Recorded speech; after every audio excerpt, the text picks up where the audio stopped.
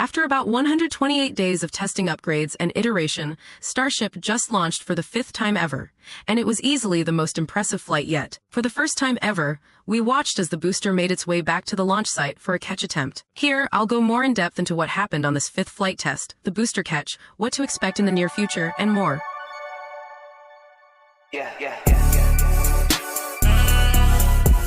With just minutes left until launch, all the Raptor engines were chilled. The rocket was filled with around 1 million pounds of propellant, and it prepared to start up its engines. There was an opportunity to hold at 2 seconds, however. It wasn't needed, and the clock passed right through. With only seconds left and the water deluge system running, the engines ignited, and soon after, Starship lifted off. About 8 seconds in, the vehicle cleared the launch tower and began pitching downrange. Right away, the graphic provided by SpaceX showed that all Raptor engines were firing. Mission Control also confirmed that the booster Raptor chamber was nominal. At T+40 seconds, the call of max Q came in, which is the moment of peak mechanical stress on the rocket. At this point in the flight, you could see all engines still firing as the vehicle continued to gain altitude and speed. At T+1 minute and 20 seconds, the live stream switched to onboard cameras and showed the exhaust plume of the Super Heavy booster, not long before hot staging. While all of this was happening, the tower team at Mission Control was busy doing their go-no-go, determining if the manual command to send the booster back to the launch site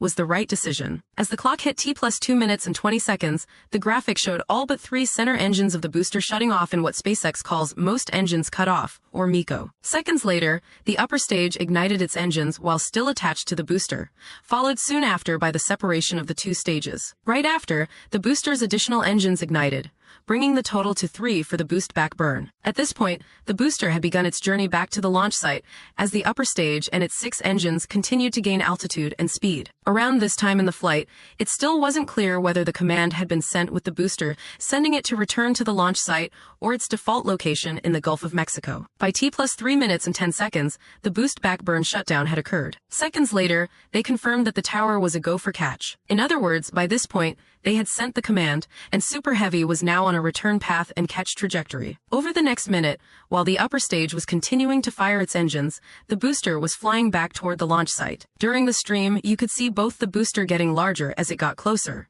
in addition to the telemetry, which showed it rapidly losing altitude. Just past 5 minutes, you could see the booster flying through the clouds as it made its way toward the tower. Finally, at T+6 minutes and 20 seconds, the booster ignited 3 of its Raptor engines and began rapidly slowing in preparation for the catch. Soon after, it cut the center engines, leaving just 3 Raptors as the stage began to hover as it approached the tower. It made one final large adjustment before falling right between the 2 catch arms. Looking at the footage, right after the bottom of the booster had made its way between the arms, they began to come together. Finally, with just a few meters between the catch points in the arms, the booster hovered before very slowly making contact with the arms, marking a successful catch. The engines were then shut off, and Super Heavy was being held up solely by the tower. Looking at views from the tower itself, you could see the booster sat perfectly between the 2 arms, using its main catch points right under the grid fins. Drone shots showed the booster intact and hanging in the air with only a small fire going at the bottom. While all of that was happening, the upper stage was still firing its engines. At T+7 minutes and 30 seconds,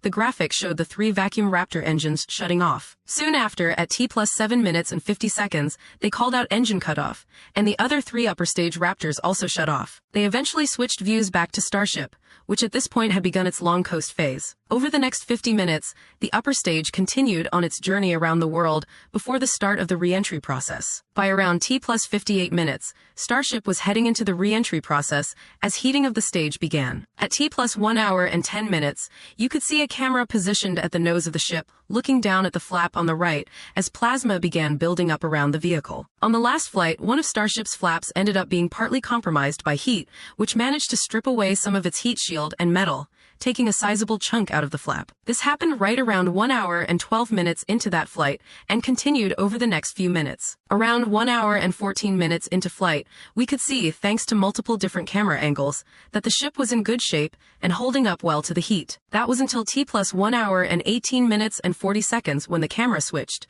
showing each of the flaps again. Here you could see some burn-through starting on one of the flaps. Over the next minute, this would continue with a bit more heat and plasma making its way through. However, unlike the last flight, there was minimal damage before the stage had practically completed re-entry and gotten through some of the peak heating phases. At T+1 hour and 21 minutes, you could see quite a few sparks and flames coming off the ship. That being said, this would all fade away over the next minute. Starship slowed down significantly and was now only about 10 kilometers high. From here, it continued to fall back toward Earth and made its way toward its landing site. By T+1 hour, 22 minutes, and 50 seconds, the upper stage was now in its belly flop position to help slow it down. Around this time, Mission Control confirmed that the ship was still on target. At T+1 hour, 24 minutes, and 10 seconds, the ship had slowed down to 500 kilometers an hour at an altitude of only 3 kilometers. About 10 seconds later, the landing burn startup occurred, with the 3 engines igniting. Here, the telemetry data showed the ship flipping vertical as it made its way toward the water. They then switched to a camera showing the water below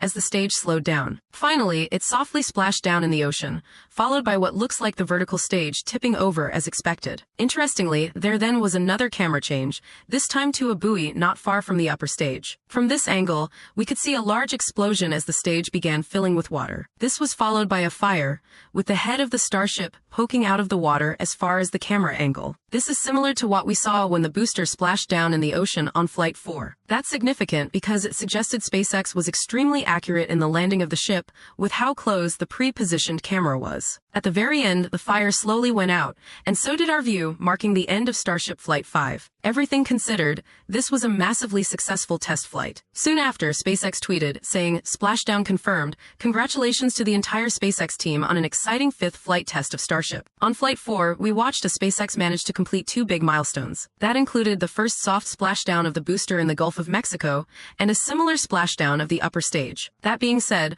both weren't perfect, with the booster experiencing some engines going out and the upper stage nearly losing a flap. On this flight, SpaceX made some significant improvements, with the booster managing to return to the pad for a successful catch, and the ship returning in much better condition. Before the launch, SpaceX stressed that in order for a catch to take place, thousands of distinct vehicle and pad criteria must have been met, which would require healthy systems on the booster and tower, and a manual command from the mission's flight director. If this command hadn't been sent prior to the completion of the boost back burn, or if automated health checks showed unacceptable conditions with Super Heavy or the tower, the booster would have defaulted to a trajectory that takes it to a landing burn and soft splashdown in the Gulf of Mexico. Obviously, this wasn't the case. A few minutes into the flight, teams had determined that everything was a go for the catch. Leading up to the flight, SpaceX was quoted saying, "SpaceX engineers have spent years preparing and months testing for the booster catch attempt, with technicians pouring tens of thousands of hours into building the infrastructure to maximize our chances for success. This definitely paid off